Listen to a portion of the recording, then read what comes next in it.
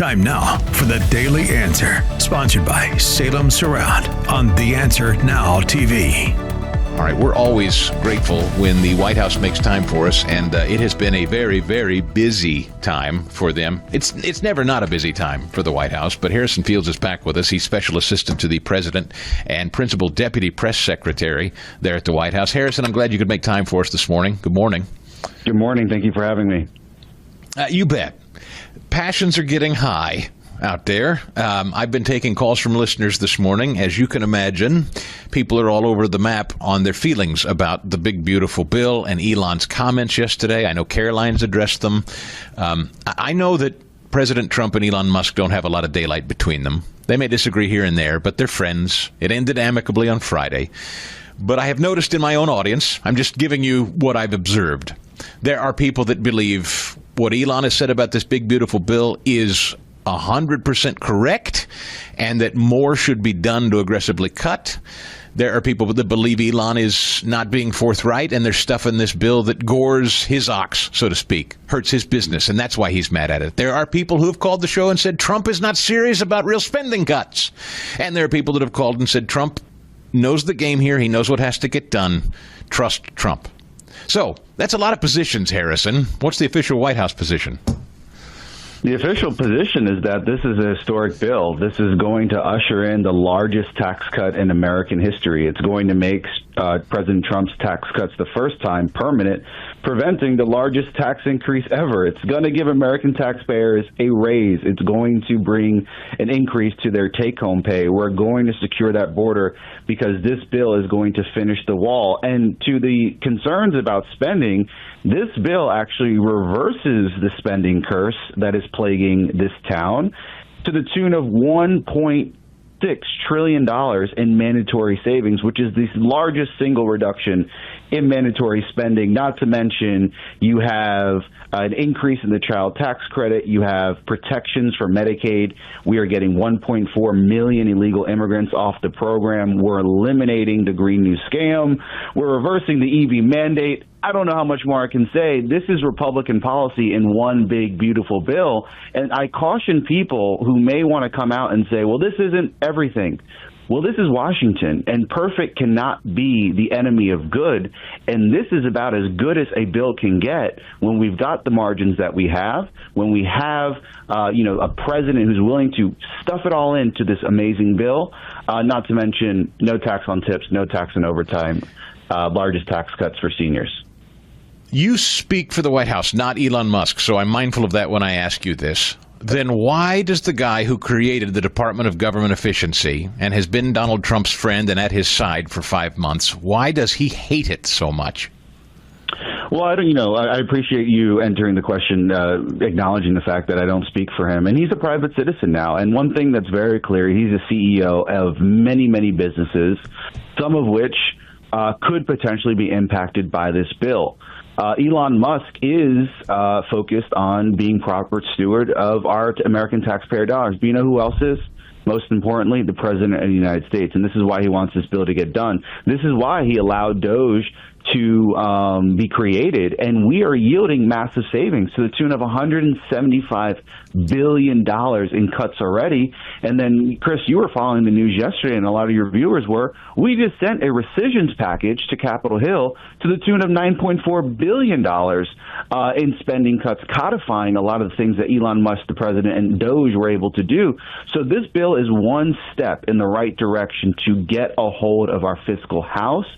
We have more work to do. The president has always acknowledged that, but we cannot hold up a good bill. We cannot hold up tax cuts for American families for the sake of trying to get this bill to the way anyone, especially someone like Rand Paul, wants it to be. This is a good bill. Every Republican should be supporting it. Harrison Fields is Special Assistant to the President, Principal Deputy Press Secretary at the White House.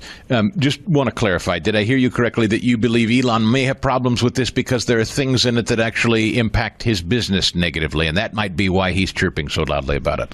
Well, all you have to do is go on Tesla's X page, and they have come out against the bill for their particular reasons. So I'll let those words, speak for themselves. From the White House perspective, we would love everyone to support it. And if you actually go on White House House.gov, you can see all the endorsements. You can see the chambers of commerce that are endorsing this bill, Verizon endorsing this bill, Uber endorsing this bill. So we have a lot of American companies that are supportive of this bill because they understand what this is going to do for the economy and for their employees. The American people voted for this. This was on the signs at Trump rallies. No tax on tips, no tax on overtime, secure the wall, secure the border. All of these weren't just campaign slogans. These were campaign promises that the president wants to deliver. The Republican Party, all of the members, any stakeholder that ran to the nearest Trump rally in their district who supported these signs, well, this sign has become a bill. Now you vote for it. Marjorie Taylor Greene said something to the effect of, had she seen the provision written in this bill about AI specifically and the federal government putting a moratorium for 10 years on anybody trying to regulate AI outside of the federal government, meaning states and municipalities, she said had she seen that, she would not have supported this bill. Your reaction to that? My reaction to any criticism of the bill is that the House rules provided the ability for members and their staffs to comb through page by page of the bill. There was an amendment process. There was a committee process in which anyone who had objections, some people did, they had a chance to vote on these objections and a chance to change the bill. May I ask on that point, Harrison? I'm sorry to interrupt you, but this is an interesting point because I maintain in 2025 with the technology we have, is there any reason anyone should ever say again, I didn't know what was in the bill? No, not at all. I mean, and we're doing this in good faith. You had the Democrats and Nancy Pelosi who said we have to pass the bill to see what's in it. That's not our perspective. We gave every member of the House an opportunity to see and debate this bill. The Senate is doing that now. So this has been a very transparent process. Members from all over the caucus have been to the White House on multiple occasions. Senior staffers are talking to members every single day about the bill. So there should be no surprises in this bill. If there are, there's a lot of technology to go out and check page by page how to, look into things. Right. But the bill where it stands, it's strong. Could I ask you, Harrison, about the Senate? Can they improve it, do you believe? Here's a theory. Elon's putting pressure on Republicans and that maybe the Senate can actually crank up the heat and make it an even better bill. Is that possible? Anything is possible in Washington, D.C., and the one thing you have is a president that's willing to negotiate. But he has been very clear. He likes this bill the way it is, and we would prefer Senate passage immediately so that we can get these priorities signed, sealed, and delivered to the president so we can move on, so we can send more rescissions packages, so we can continue the work of the American people. We only have the House and the Senate for 2 years.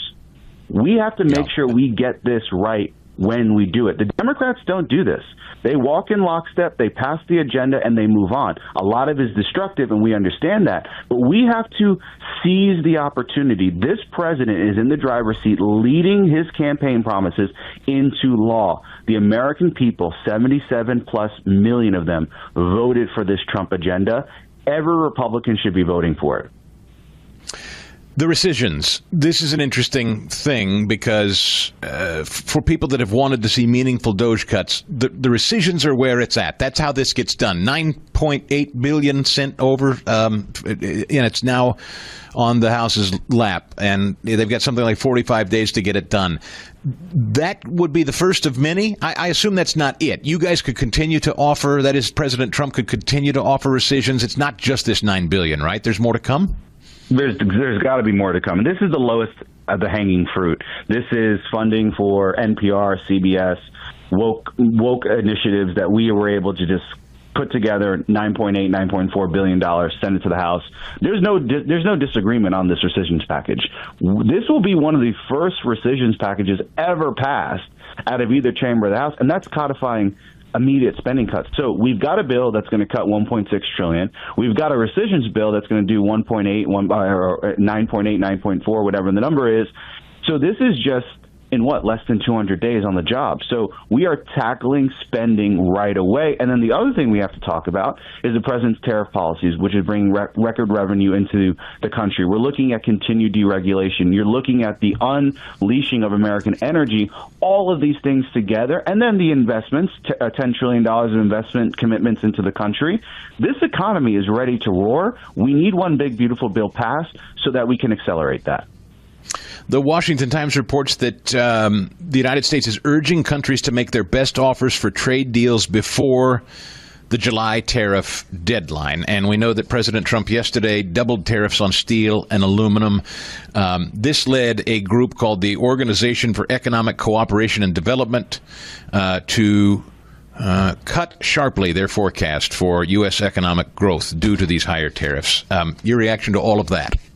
Yeah, a lot of these groups, they're burning through paper because one day they say the economy is doomed, and then a week later they say, actually, the economy is going to be just fine. So I caution anyone who's going to say that the economy is going to tank for any number of issues. They try to do this game when President Trump tried to push through his tariff agenda and tax cut agenda in his first term. We saw inflation was about 1.4%, basically zero. The economy was roaring, and then Joe Biden got in and completely destroyed it. So we know that Trump policies work. This is why investment is pouring into this country. The CBO has been historically wrong, yet they continue to have jobs. Most of them are all Democrats. So all these analyses, they're just numbers crashing on a paper. We know the numbers. We know it works. We have proof from Trump 1.0. This is going to be the resurgence of Trump 1.0, and now in a second iteration of it. This is common sense stuff. The president is a businessman. He knows how to get this economy roaring again.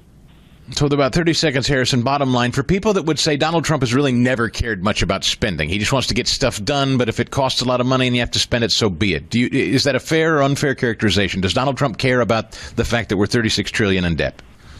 He does care, and this is one of the reasons why he got elected, because the American people trusted that he would take care of that. And if you look at this one big, beautiful bill, it is one big, beautiful step in the right direction to start getting a hold of our spending crisis. This bill does cut spending.